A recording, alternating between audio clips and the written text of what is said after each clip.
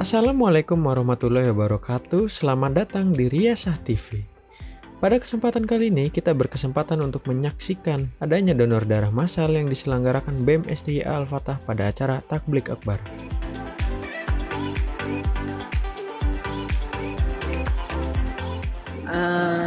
Pertama, saya ingin mengecek kesehatan supaya kan sebelum didonor itu kan kita di screen dulu tuh kesehatannya, tensinya, HB-nya, alhamdulillah saya normal.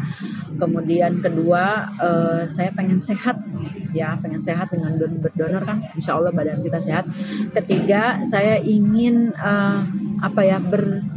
bersodakoh gitu ya, bersodakoh tidak dengan harta ya dengan darah karena kita bisa gitu. Ya, yang pertama itu untuk saya untuk mendonorkan darah ini pertama ingat dari pesannya Ustadz Ahmad Soleh.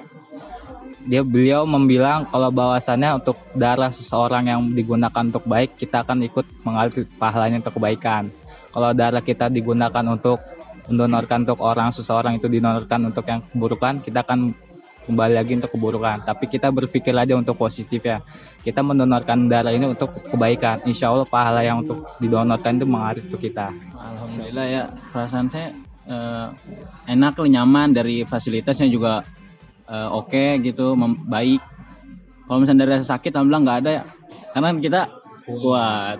Pesan saya untuk yang belum untuk mendonorkan darah, secepatnya untuk mendonorkan darah.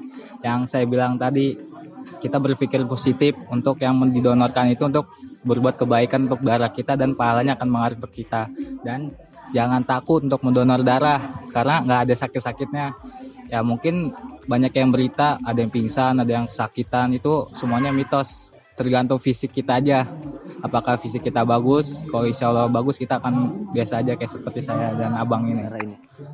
Alasan kami diadakannya donor darah ini agar memenuhi kapasitas yang ada di PMI untuk memberikan atau menyalurkan darah kepada para pasien yang membutuhkan. Target kami dengan diadakannya acara ini agar masyarakat jamaah lebih memahami terkait dengan donor darah, kemudian juga dengan adanya donor darah ini kita bisa membantu saudara-saudara kita yang sedang membutuhkan darah. Karena satu titik darah yang kita berikan bermanfaat bagi orang lain. Saran saya pribadi untuk pendonor darah yaitu agar menjaga kesehatan, pola makan dan pola tidur yang cukup sehingga ketika ingin mendonorkan darah ia dapat mendonorkan dengan baik. Tidak hanya donor darah, keesokan harinya juga diadakan bekam gratis bagi siapapun yang berminat.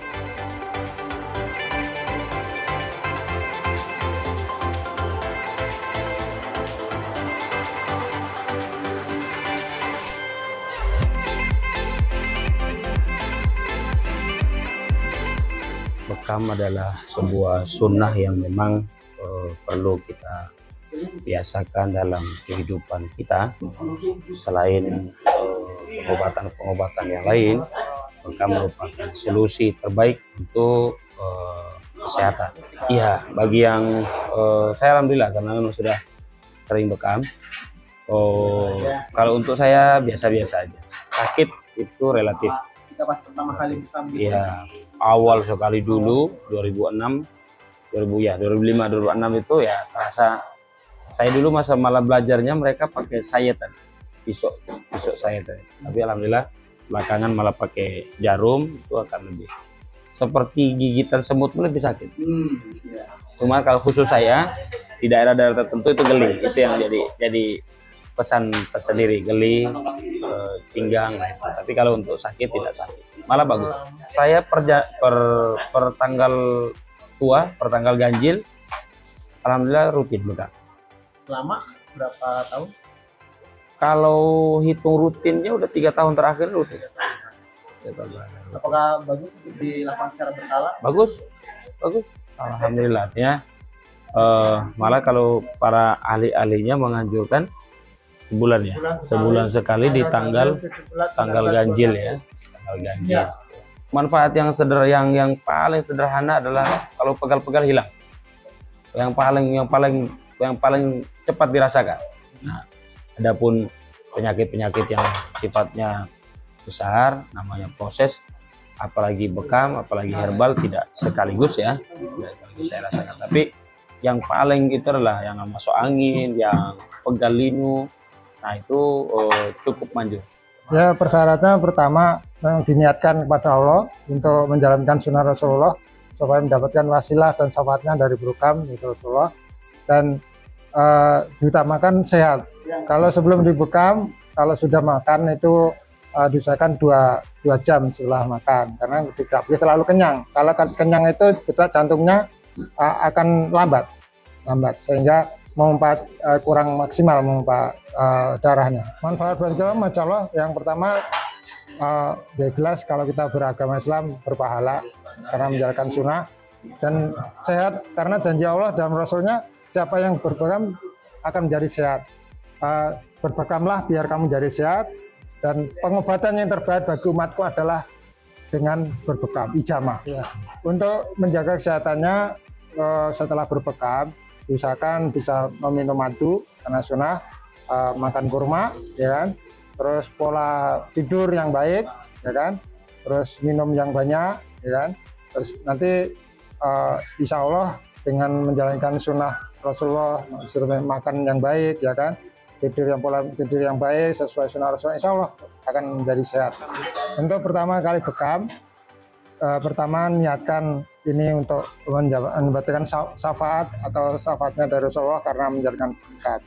Dan untuk jangan takut, karena insya Allah berbekam yang baik, apalagi dengan belajar yang baik, dengan dapat sertifikat apalagi ya, itu sudah mempunyai ilmu tertentu dengan trik-triknya sendiri supaya tidak sakit. Gimana caranya, itu ada tersendiri cara-caranya supaya tidak sakit. Untuk pemula juga ada triknya sendiri. Oh, ahli bekam, gimana triknya supaya tidak sakit. Ada alasan diadakan acara bekam, Baksos Bekam ini. Pertama adalah kami sebagai dari komunitas terbatas adalah bertugas untuk mendakwahkan syiar tentang bekam ini atau hijamah.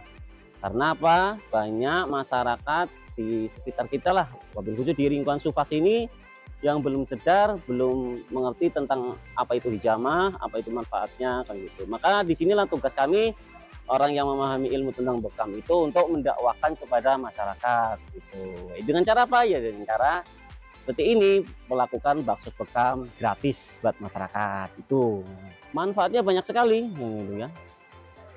Oh, pokoknya intinya yang segala terkaitan dengan masalah darah kotor ya kan. Oh, apalagi manusia, orang-orang yang belum pernah dibekam selama hidupnya sama sekali kan.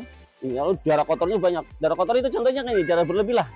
Kayak kolesterol, asam urat, darah tinggi, itu semua kan berarti karena darah kotor. Nah, solusinya insya Allah dengan hijamah yang dari syariat Allah, sunnah Rasul ini, insya Allah sangat efektif untuk mencegah terjadi seperti itu. Sehingga orang-orang yang ada diabetes, gula darah tinggi atau darah tinggi yang nanti endingnya ada bisa terjadi stroke, nah, jika sering rutin sebulan sekali ya, minimal itu sebulan sekali bekam, insya Allah akan terhindar dari penyakit-penyakit degeneratif seperti itu. Untuk orang yang belum pernah bekam, pertama kan biasanya orang ada yang takut dengan jarum, takut dengan darah kan gitu ya, hanya sakit. Itu enggak. Yang kita lakukan ini adalah para terapis profesional yang sudah memiliki beberapa kali pelatihan ya kan, bahkan ada yang kuliah tentang bekam ya kan.